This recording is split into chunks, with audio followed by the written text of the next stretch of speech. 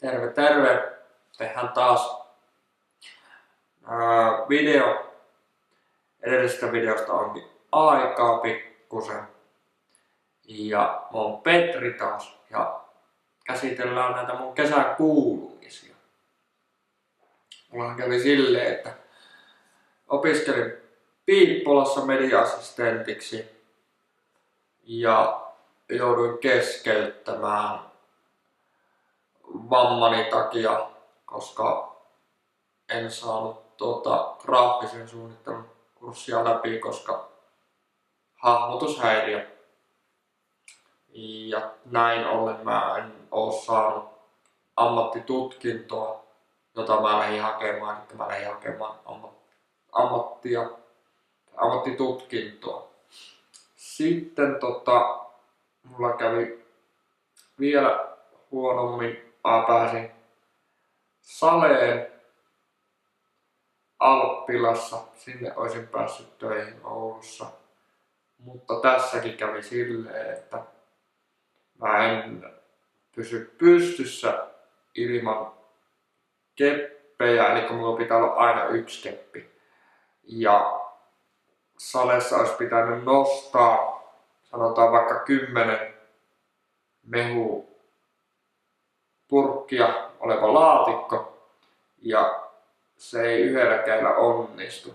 Mä en pystynyt nostamaan, kun mä en pysy pystyssä, jos mä otan liiallisen painon käsille.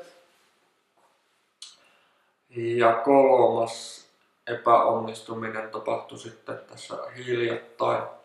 Hoksasin, että eräässä ravintolassa Oulussa karaoke halusin ruveta vetämään vapaaehtoisena, että en halunnut siitä mitään palkkaa, mutta kaupunki sanoi, että se ei voi antaa mulle vakuutusta siihen, eli ei voi tehdä niin sanottua avotyösopimusta, koska se olisi ollut ilta- ja viikonlopputyötä ja yöhommaa.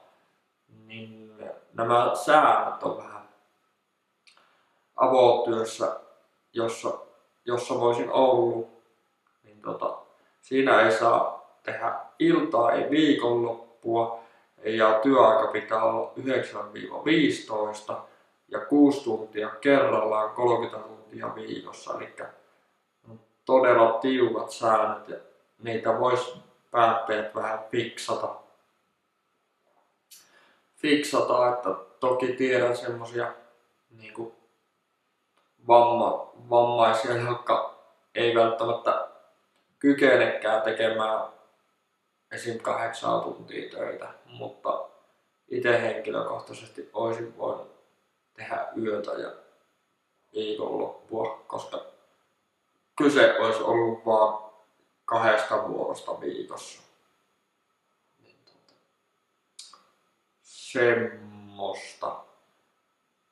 Siinäpä niitä epäonnistumisia tuli tältä kesältä, ja mähän tosiaan sosiaaliseen mediaan sitten laittoin itse tuollaisia viestejä, joista kaverit oli sitten vähän huolissaan, että onko sä nyt oikeesti lähdössä, ja linkitin sinne muun muassa Apulannan kappaleen Ilona, jossa on vähän tämmönen kuolemasävytteinen sanoo, koska mä oon ollut aika maassa nyt 2-3 päivää itkenyt sen takia, kun ei oo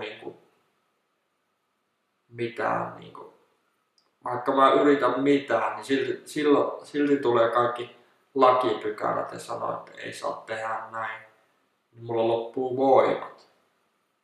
Mutta vielä mä tässä porskutan, mutta onneksi on pari hyvää naiskaveria, jotka on pitänyt pystyssä.